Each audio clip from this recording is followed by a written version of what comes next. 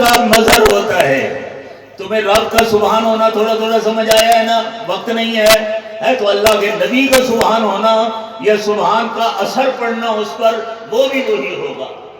یہاں فرمایا لیس کمثلہ شیء، لیس کمثلہ شیء، اور وہاں کیا فرمایا ہے؟ خیر پور کے لوگ نہیں تھے، سبحان اللہ، صحابہ تشریف فرما تھے. حضور نے فرمایا ایکم مثلی، ابو بکر تم میں سے کون مجھ جیسا ہو سکتا ہے؟ عمر، عثمان، علی. وہاں لیس کمثلہ شیء فرما دیا تو نبی جو کہتا ہے وہ بھی تو وہی ہوتی ہے. اللہ نے اپنے نبی سے کہلا دیا ایکم مثلی، تو یہ کہہ دینا کہ نبی ہماری طرح ہوتا ہے.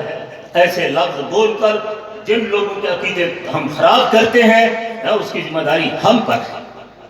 لوگوں نے یہ کہنا شروع کر دیا کہ وہابی یا یہ لوگ ایسا کہتے ہیں، کوئی اور وہابی کہتے ہوں تو کہتے ہوں، ہمارا یہ عقیدہ نہیں ہے.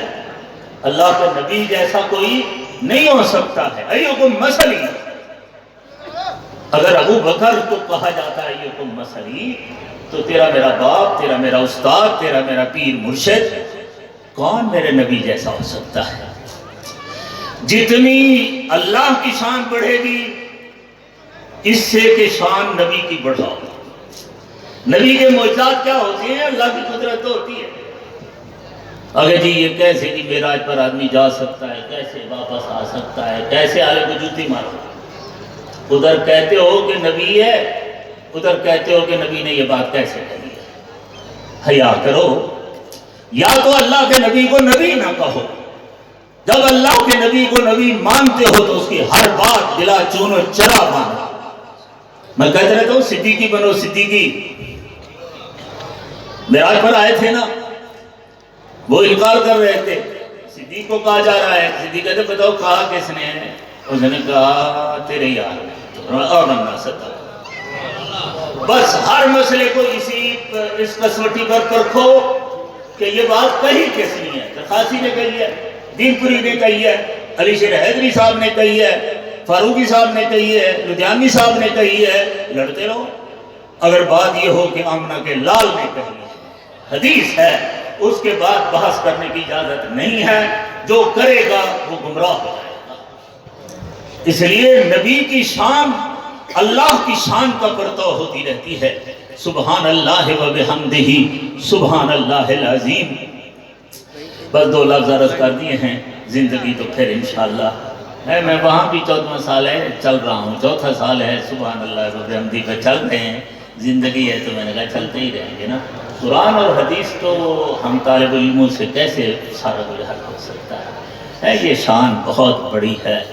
سبحان اللہ. بس اتنے لفظوں پہ اجازت. یہ سارا ثواب حضرت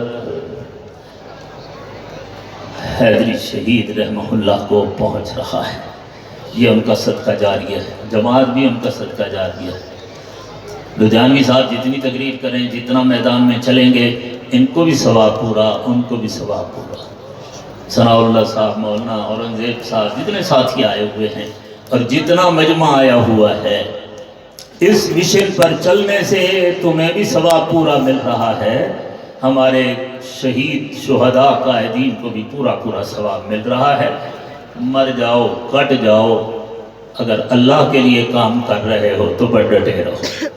کوئی اور مقاصد ہیں تو مرضی ہے. کہتے ہیں جی بڑی تکلیفیں ہوتی ہیں. میں اکثر کہتا رہتا ہوں جوڑ کے پتروں کو دیوبندی بنے کیوں آوے. بنتے اہل سنت والجماعت دیوبندی اور پھر کہتے ہو جیل ہو گئی، ہو پرچے ہو گئے. تو بننا ہی نہیں تھا پہلے سے، آپ کسی اور کھاتے میں لگ جاتے. ہاں جناب، میں دعا کرتا رہتا ہوں اللہ ہمارے ہر دیوبندی مولوی کو سال میں 3 مہینے جیل دے تاکہ یہ پکے دیوبندی رہیں. یہ جو ایئر کنڈیشن آ گئے ہیں نا تو پھوکا پاک آتے، بس ہتھے کو چمے آتے، پیسے دیتی گیا آتے.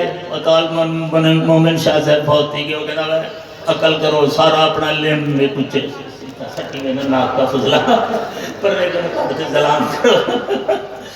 تو یہ دیوبندی ذہن نہیں ہے.